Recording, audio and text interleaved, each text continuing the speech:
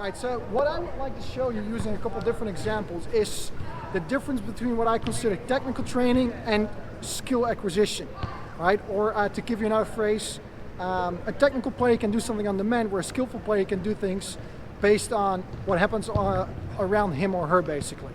And your training environment can trigger certain things if set up appropriately. Now, why am I addressing this in this specific video? Because a lot of people still ask questions about technical training not being part of our curriculum, which, if understood, people will realize is actually a big part of what we do. If you're looking for structured, unopposed block training, we try to limit that in our training environment because it doesn't mimic the demands of the game.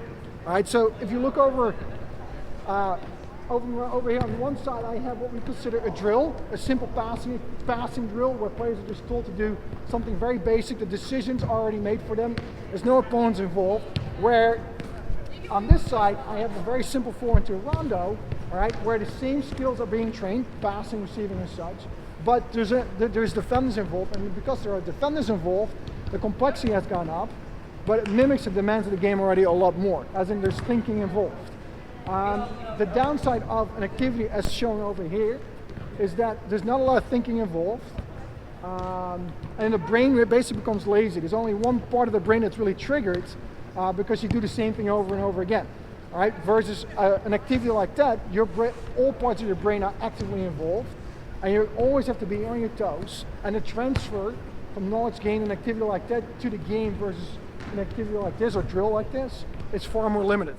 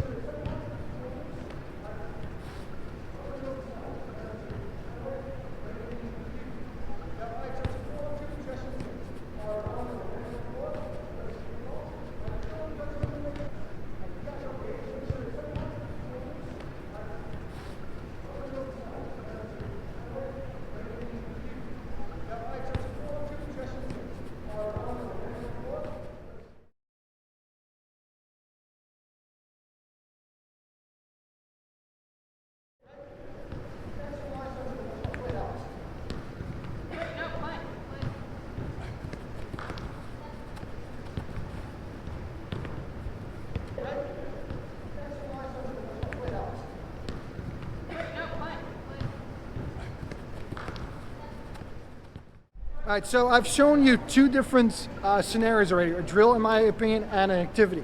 All right, where the drill, as the boys even explained themselves one question, is very repetitive, boring, and it's proven scientifically that in a drill like that, our brain shuts off greatly because we're doing the same thing over and over and over again, as if we would play the same pass over and over again, which in a dynamic sport like soccer, and it applies to other sports as well, like basketball, hockey, they're very dynamic. You're not doing the same thing over and over again. So why would we train in a setting where we're doing the same thing over and over again?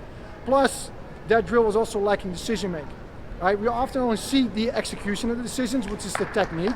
And when there's a technical breakdown, people would say, all right, we got to fix the technique, but the technique is just a small part of it. Yes, it's really, really important. But if you're unable to make decisions, then even though you may be very technical and can do things on demand in an unopposed setting, you still struggle to make, you will still struggle in an actual game and in a game situation because there's pressure around you, right? If we play with defenders and opponents, we should train with opponents as well, because in the end, that's what we need to become better soccer players. That's why I showed you the rondo, the 4-2. All the boys even explained themselves why they felt that was more beneficial to what they were doing, because it wasn't the same repetitive movement the whole time. They were kept on their toes because there were the defenders involved. We're training with defenders, and therefore there's decisions to be made. All right, so an activity like that may look a little more chaotic at times. All right, it may not look as clean, but it's proven scientifically as well that the transfer of knowledge from an activity like that into a game-like situation is far greater than from a drill where we're unopposed, very structured, and basically block training.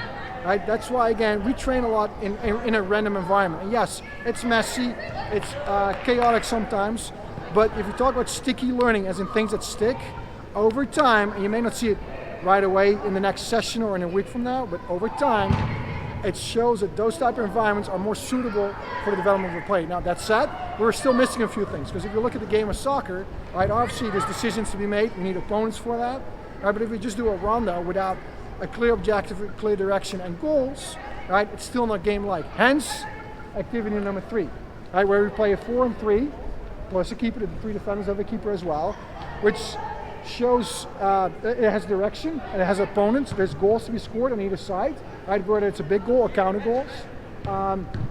And all the things I did before, spreading out, controlling the ball well, opening up well, moving the ball under pressure, all come back as well. But this is even better than what we did before, because this is really mimicking the demands of the game.